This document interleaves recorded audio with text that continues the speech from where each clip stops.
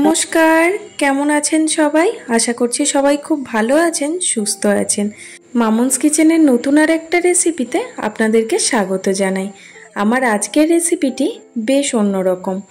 আজকের রেসিপিটি যেমন আপনারা ভাতের সাথে খেতে পারবেন, এটা তেমন রুটি, পরোটা, লুচি সব কিছুর সাথেই দুর্দান্ত যাবে। তাহলে চলুন দেখে নিই এই রান্নাটি করতে আমাদের কি কি লাগছে। প্রথমেই যে উপকরণটি লাগছে সেটা হলো ছোলার ডাল। এখানে 1.5 কাপ ছোলার ডালকে আমি সারা রাত ভিজিয়ে রেখেছিলাম। আর লাগছে 3টে মিডিয়াম সাইজের আলু আর 2টো মিডিয়াম সাইজের পেঁয়াজ। আপনারা আপনাদের ডালের পরিমাণ কতটা করবেন সেই বুঝে প্রত্যেকটা উপকরণ বাড়িয়ে বা কমিয়ে নিতে পারেন।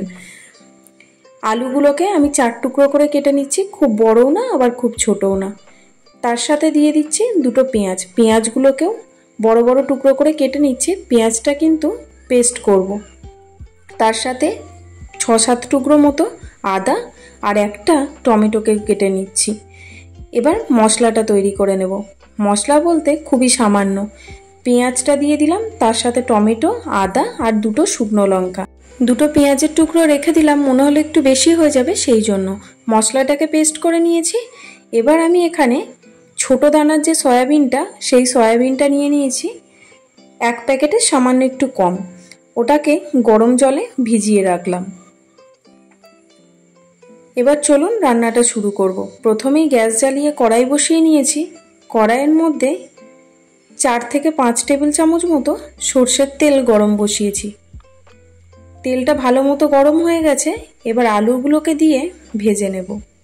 গ্যাসের ফ্লেমটাকে মিডিয়ামে রেখে লবণ আর হলুদ দিয়ে আলুগুলোকে বেশ একটু লালচে করেই ভেজে নিতে হবে। আমি পরিমাণ মতো হলুদ এবং লবণ দিয়ে দিচ্ছি, তারপরে আলুগুলোকে ভালো করে ভেজে নিচ্ছি। আপনারা পুরো রেসিপিটি দেখতে থাকুন, আশা করছি আপনাদের ভালো লাগবে।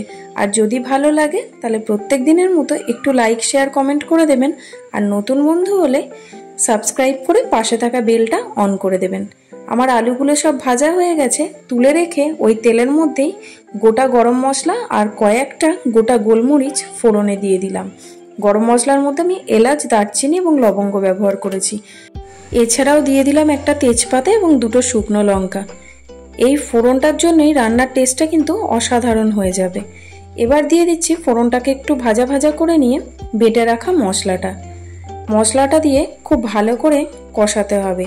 আর মশলার মধ্যে একে একে বাকি মশলাগুলোকেও মিশিয়ে নেব। প্রথমেই দিয়ে দিলাম পরিমাণ মতো লবণ, হলুদ গুঁড়ো, তারপরে একটু নাড়াচাড়া করে নেব। তারপরে দিয়ে দিচ্ছি এখানে রঙের জন্য কাশ্মীরি লঙ্কার গুঁড়ো।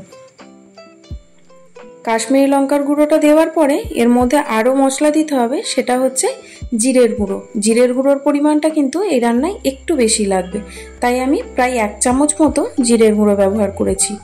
সব মশলা দেওয়া হয়ে গেছে। এবার ভালো করে কষাতে থাকতে হবে যতক্ষণ না ভালো মতো তেল ছেড়ে আসে। খুব সুন্দরভাবে কষানো হয়ে গেছে মশলাটা, দেখতেই পাচ্ছেন। এবার এর মধ্যে সয়াবিনগুলোকে দিয়ে দেব। তবে হ্যাঁ, সয়াবিনগুলো জল থেকে তুলে নিয়ে ভালো করে কিন্তু হাতে করে চিপে চিপে তারপরেই দিতে হবে, জল থাকলে হবে না। আপনারা চাইলে সয়াবিনটা কিন্তু হালকা তেলে একটু ভেজেও নিতে পারেন, তবে আমার মনে হয় না সয়াবিনটা ভাজার খুব একটা দরকার আছে। এবার দিয়ে দিলাম মশলার সাথে সয়াবিনটা কষানোর পরে ভাজা আলুগুলো, আর দিয়ে দিচ্ছি ছোলার ডাল। সব কিছু দিয়ে খুব ভালোভাবে মিনিট 3-4 জন্য কষিয়ে নেব আবারও। এক্ষেত্রে বলে রাখি, আপনারা যদি পুরো কড়াইয়েই রান্নাটা করেন তবে রান্নাটা হতে কিন্তু একটু বেশি সময় লাগবে, কারণ ছোলার ডালটা সিদ্ধ হতে সময় লাগবে।